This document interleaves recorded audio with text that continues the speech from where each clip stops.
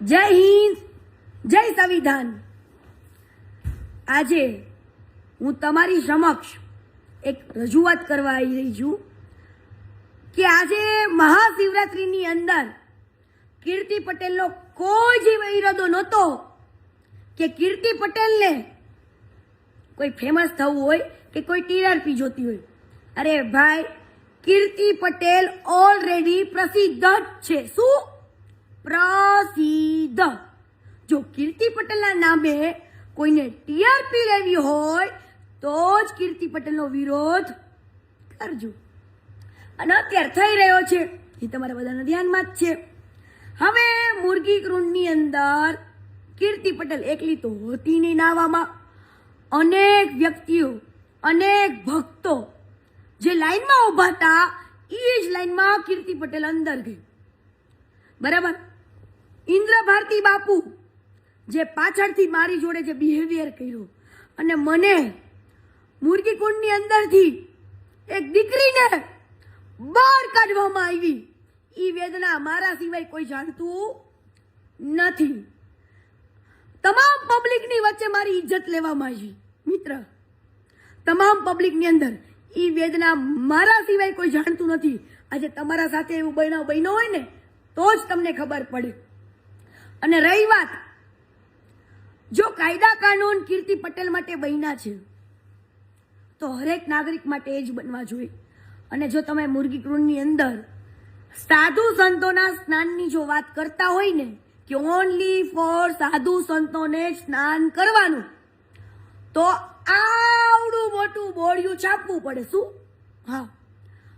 અને ભવનાથ જે મહાદેવનું મંદિર છે ને એ સરકારની અંડર આવે છે અને હું એક ભારતનો સ્વતંત્ર નાગરિક છું। એટલે કે કીર્તિ પટેલને તમે પણ હરેક નાગરિક, હરેક સનાતની સ્વતંત્ર નાગરિક છો કે તમે પણ તમારી મરજીથી અંદર સ્નાન કરી શકો છો, રાઈટ? તો મેં પણ એ જ કર્યું કે બધા જ ભાવિ ભક્તો અંદર સ્નાન કરતા હતા। હવે તમને ને મને ખબર નથી કે વર્ષોથી શાહી કુંડની અંદર તમામે તમામ પબ્લિક જે આમ પબ્લિક પણ સ્નાન કરતું હતું। તમને ખબર તો ક્યારે પડી? જ્યારે કીર્તિ પટેલ કુંડની અંદર નાવા ગઈ ત્યારે તમને બધાને ખબર પડી કે ઓહો, અહીંયા તો પોલીસ કર્મચારીથી લઈને આમ લોકો પણ સ્નાન કરે છે, બરાબર? ત્યારે ખબર પડી ને વાલા, આનો મતલબ મને મહાકાલ દાદા હાથ પકડી, મારો મહાદેવ હાથ પકડીને અંદર લઈ ગયો કે હાલ બેટા હાલ, સ્નાન કર। અને જો આની અંદર કેટલા લોકો સ્નાન કરે છે, આનો મતલબ તો એમ થયો કે તમારા હરેક સનાતની હારે દગો થઈ રહ્યો છે, હરેક સનાતની હારે ખોટું થઈ રહ્યું છે। હરેક સનાતનીનો એક ધર્મ છે ને અધિકાર છે, બરાબર? જો સાધુ સંતો અંદર સ્નાન કરી શકતા, હા એવું અવશ્ય હું કહી શકું કે મહાશિવરાત્રિનો મહિમા હરેક સાધુ સંતો માટે પહેલા સ્નાન હોવું જોઈએ અને એ મહિમાનો લાભ હરેક એક સનાતનીને મળવો જોઈએ વાલા, બરાબર? અને હું એવું ઈચ્છું છું દિલથી કે જો હરેક સાધુ સંતોને સ્નાન કરવાની બાદ હરેક સનાતનીને અધિકાર મળવો જોઈએ વાલા। આવો મારો નિર્ણય છે, કેમ કે મેં અંદર જઈને જે વસ્તુ જોઈ કે અંદર નાઇટ ડ્રેસ પહેરીને લઈને ઘણી બધી બેન દીકરીઓ સ્નાન કરતી હતી। હવે આની અંદર એક પોલિટિક્સ ચાલી રહ્યું છે ભવનાથની અંદર। હું તો ઇન્દ્ર ભારતી બાપુને શિષ્ય નથી, હું હરિહરન ભારતી બાપુને મેં ગુરુ માનેલા છે, મેં ગુરુ દીક્ષા લીધેલી છે, ગુરુ મંત્ર લીધેલો છે, રાઈટ? હવે જો મેં ઇન્દ્ર ભારતી બાપુને ગુરુ માન્યા હોત ને તો ઇન્દ્ર ભારતી બાપુ છે ને મને આંગળી પકડીને સ્નાન કરવા લઈ જાય, બરાબર? ઇન્દ્ર ભારતી બાપુના જેટલા શિષ્ય છે ને એને ઇન્દ્ર ભારતી બાપુ છે ને વીઆઈપી એન્ટ્રી આપે, વીઆઈપી। શું? VIP entry. અને એને વીઆઈપી એન્ટ્રી સાથે સ્નાન કરાવે। એમાં કીર્તિ પટેલ પોગી ગઈ ને ઈ ભાઈને ઇન્દ્રભાઈ, ઈંડુ આપણે ઇન્દ્રભાઈ નહીં, ઈંડુ ને એવા ઢોંગીલાને આપણે કઈ કેવું નથી, ઈંડુ ફૂટી ગયું અને એનું આવડું મોટું પેટ છે ને, પેટ એમાં પાપ જ ભરાયેલું છે, 2 નંબરનું પાપ, બરાબર? એ ફૂટી ગયું કે આ દીકરીને બધા વચ્ચે એની ઇજ્જત લીધી, મને બધા વચ્ચે એને કાઢી। કાંઈ વાંધો નહીં, કીર્તિ પટેલ છે ને ડબલ જીગરવાળી છે. કેમ કે તમે આ દિલ તોડો ને તમારો આ રેડી જ હોય. કેમ કે હું સુખમાંય મોજમાં હોય ને દુઃખમાંય મોજમાં હોય. ઇન્દ્ર ભારતી બાપુના ખબર હતી નહીં. અને એ તું તારી વાય ભારતી કાઢી નાખજે. કેમ કે મારે ભારતી બાપુનું નામ લેવું પડે ને એવા મહાપુરુષનું, તો મને શરમ આવે છે. કેમ કે તારી વાય નામ સૂટ નથી કરતું વાલા. તું છે ને તારું બીજું નામ ચેન્જ કરી નાખજે, ગુંડા. હા, અને રહી વાત ઈ કુંડની આજુબાજુમાં મને કોઈ પોલીસ કર્મચારી રોકવા નથી આવ્યું. આ ગુંડા એટલે ગુંડો ઈંડાને દુઃખ થયું એટલે ઈંડાએ એવું કીધું કે ભાઈ આને બહાર કાઢો આને. એટલે ભાઈ મારું ઓલરેડી સ્નાન થઈ ગયું હતું. હું બહુ જ પ્રેમથી સ્નાન કરીને બહાર નીકળી ગઈ. બરાબર, બહાર મારી પાછળ મીડિયાવાળા પડ્યા હતા અને 3 સ્ટાર વાળી 2 લેડીઝે મારા બાવડા પકડ્યા. આમ જો મિત્ર, મારા હાથમાં નુકસાન જો. હું ધારું ને આ મારા ઉપર જોવો કે કેટલું મારી સાથે ખરાબ કૃત્ય કર્યું હતું, છતાં પણ કીર્તિ પટેલ સહન કરીને બેઠી. બરાબર, અને મેં કોઈ જાતની કાર્યવાહી ના કરી પોલીસ ઉપર. કેમ કે હું પોલીસની રિસ્પેક્ટ કરું છું. બરાબર, અને મેં ખાલી એટલું કીધું, ભાઈ તમે મારું બાવડું ન પકડો, હું કઈ ગુનેગાર નથી કે આરોપી નથી. તમે જો મારી સેફટી માટે આવ્યા હોય તો મારી સાથે પણ ચાલી શકો છો. આટલું કહેવાથી 2 દિવસ પછી મારા ઉપર ખોટી કમ્પ્લેન થાય છે. શું કે કીર્તિ પટેલે પોલીસ કર્મચારીને પીઆઈને મારી નાખવાની ધમકી આપી. ઓ વાલા, જો ભાઈ 3 સ્ટાર વાળી જો પીઆઈને કીર્તિ પટેલ મારી નાખવાની ધમકી આપે તો ગુજરાતના તમામ પોલીસનું બંદોબસ્ત અહીંયા જુનાગઢમાં હતું. કીર્તિ પટેલના કોલર પકડે, કોલર, અને એમ કહેત કે મારી નાખવાની ધમકી તું પોલીસને આપેસ, આવું કહેત. અને મારા કોઈ જ વિડીયોની અંદર મને પુરાવો આપો કે ઈ પોલીસ કર્મચારીને મેં મારી નાખવાની ધમકી આપી હોય કે કોઈ ગાળ દીધી હોય. ભલામણા પોલીસ જ ખોટા કેસ કરશે તો આમ નાગરિક શું કરશે? તો મારે હર્ષભાઈ સંઘવીને હાથ જોડીને રિક્વેસ્ટ કરવી છે કે આ ખોટા કાયદાનો દુરુપયોગ થઈ રહ્યો છે. અને હર્ષભાઈ સંઘવીને મારે ખાલી એટલું કહેવું છે કે તમે આવા ખોટીના જે ઇન્દ્ર ભારતી જેવા પાખંડી છે ને એની જોડે તમારો એક ફોટો કે વિડીયો કે કોઈ સેલ્ફી ના પડાવો. કેમ કે હું ભારતીય જનતા પાર્ટીનું આદર કરું છું, ભાજપ જનતા પાર્ટીનો આદર કરું છું, નરેન્દ્રભાઈ મોદીનો આદર કરું છું. હંમેશા કહેતી આવી છું કે નરેન્દ્રભાઈ મોદી આપણે ગુજરાતી છે અને કીર્તિ પટેલને ગર્વ છે કે આજે પીએમની સીટ ઉપર નરેન્દ્રભાઈ મોદી એ આપણા ગુજરાતી બેઠા છે, એનો ગર્વ છે. તો હું હર્ષભાઈ સંઘવીને કહું છું કે આવા પાખંડી જેવો તમારા ફોટો ન પડાવો, આવા લોકો ખરાબ સાથે કે તમારા ફોટાનો દુરુપયોગ કરી નાખા જુનાગઢને ડરાવવામાં આવે છે વાલા.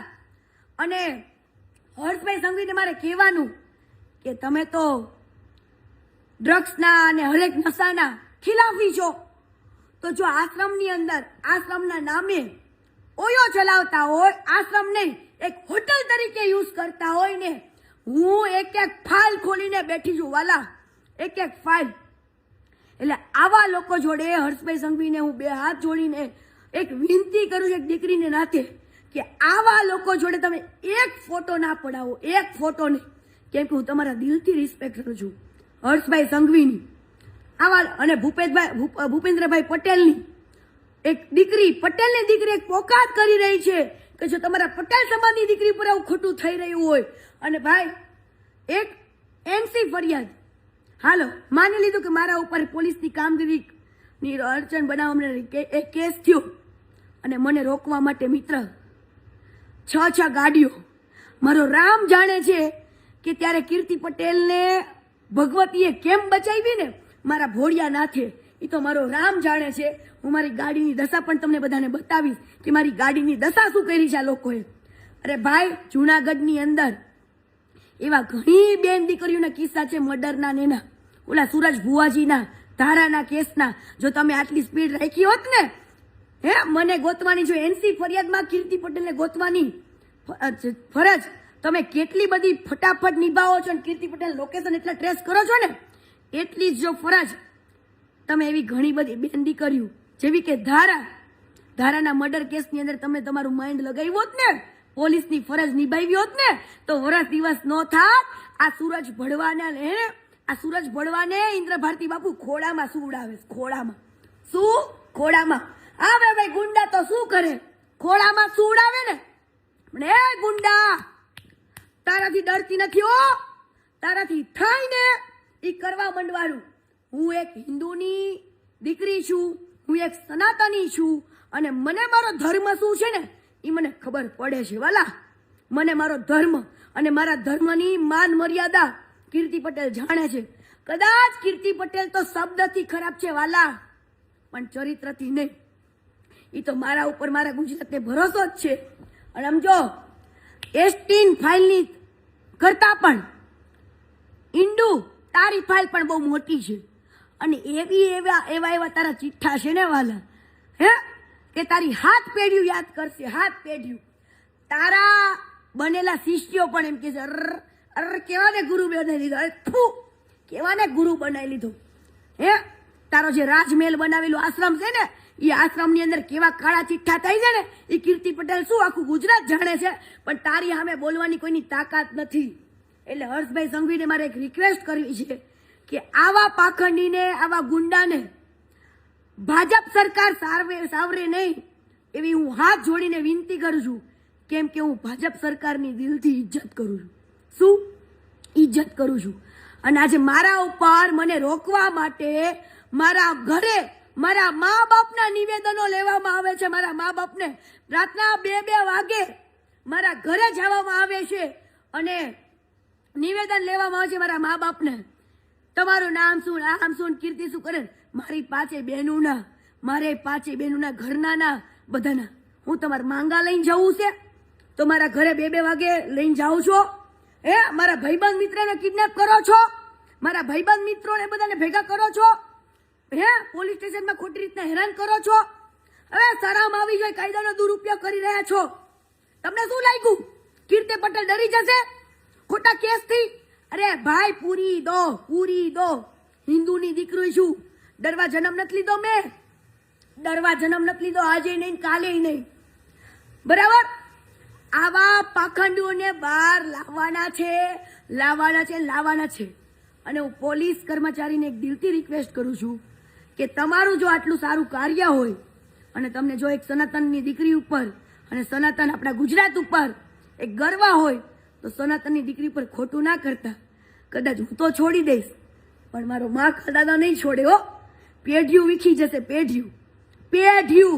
યાદ રાખજો, મારા જો આતાળા જેને બાયડા અને ખોટી રીતના જો મને હેરાન કરી ને તો વાલા પેઢીઓ તો વિખાઈ જશે.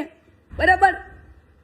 કાળ છોડી દેશે. પણ આ કીર્તિ પટેલને યાદ રાખજો, હું જેલમાં જઈશ, બહાર આવીશ તો પણ એ કરવાની જ કરીશ.